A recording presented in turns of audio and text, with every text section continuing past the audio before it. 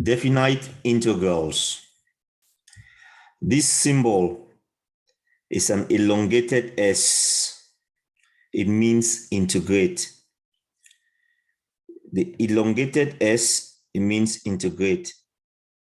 And it's the reverse of differentiation. So the expression x to the n means integrate x to the n. And the dx, it tells you integrate with respect to x. So if this was y, if it was dy, it means you integrate with respect to y.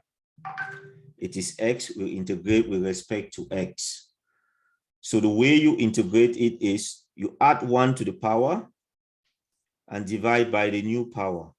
So we have x to the power n. We add 1 to it and divide by that new power. And then we add the constant of integration. So that is how you do integrals. But now we're going to look at definite integrals where we have a limit. Definite integrals is where we know where we start and where we end. We're going to start from a point there and we're going to end where when we integrate it. So we have here a definite integral. So the limits of the integral, we start at 1 and we end at 2. And we integrate 3x squared dx with respect to x. We add 1 to the power, so x squared plus 1, so 2 plus 1, it gives you 3. And we divide by the new power, so the 3 would cancel. So we have 3x squared, you add 1, becomes 3, and then you divide by 3. The 3 will cancel, and you're left with x to the power 3. 2 plus 1 is 3.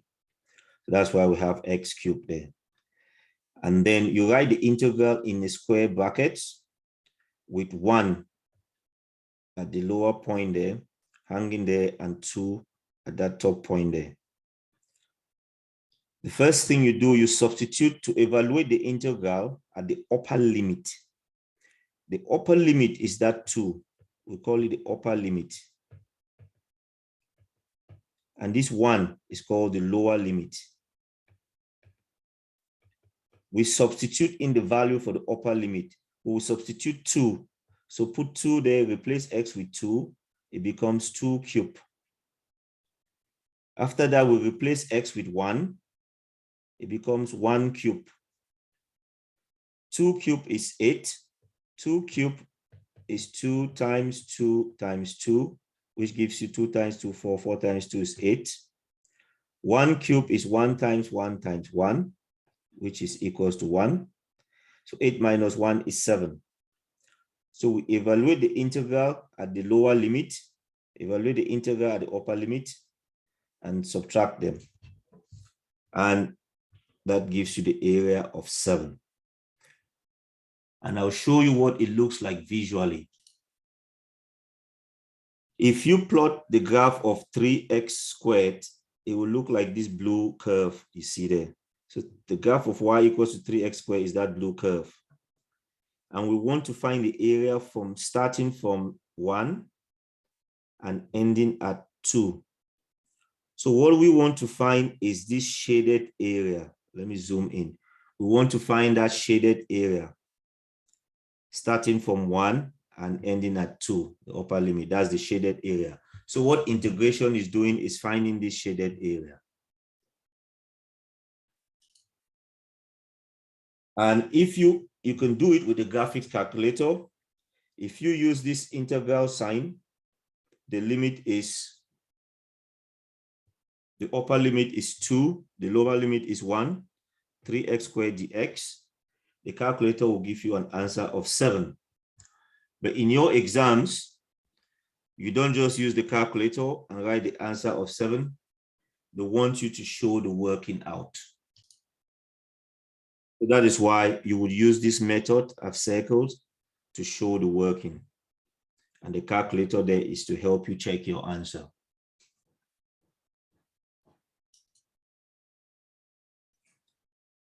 Another example, Integral from -2, the lower limit, up to 1, 3x squared plus 2 dx.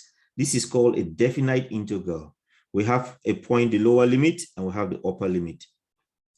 So the number on the integral sign are called the limits. These numbers, they're 1, -2, and 1. They're called the limits. So when we integrate 3x squared, we get 3x cubed over 3.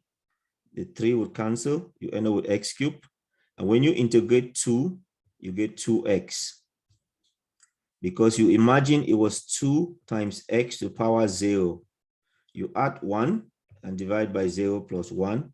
It gives you 2x to the power 1 over 1, which just gives you 2x.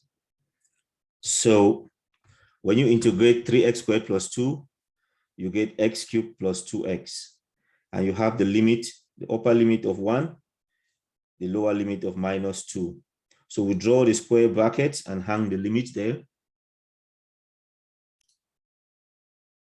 And what we do now, we replace x with the top limit. The top limit is 1, so replace x with 1.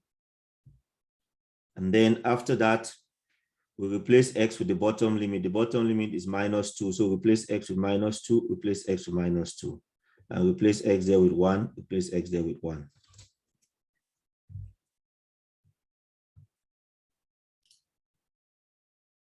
After we've replaced x, we can now evaluate.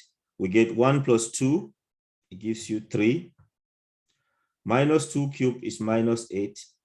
And 2 times -2 is -4. -8 minus 4, it gives you -12. And 3 minus -12, this becomes a plus. 3 plus 12, it gives you 15. So integral from -2 to 1 of 3x squared plus 2 dx is equals to 15. And you can use your calculator to check if it is correct. This is a summary for the method for evaluating the definite integral. Find the definite integral, but omit C. Draw square brackets and hang the limits. That's square brackets, and you hang the limits, say 1 to 2. You replace x, the top limit, replace x with the bottom limit, evaluate them, and then you subtract, and that gives you the answer. So for areas, definite integration results in a value. It can be used to find area bounded in part by a curve. So looking at the same function we had before, 3x squared plus 2, let's use it from 0 to 1. So we have the lower limit from 0, the upper limit is 1. And when you integrate, that gives a shaded area, this shaded area there. So integration gives that shaded area. And 0 is the lower limit, and 1 is the upper limit. So you can put this in your calculator to check, so that when you evaluate it, you get an answer of 3. So the units are usually unknown in this type of question, but that is the area of that region under that curve. So in summary, the definite integral from a to b, f of x dx, or sometimes they write f of x as y, f of x, sometimes they can call it y. It gives the area between the curve f of x, the x-axis, and the points a and b.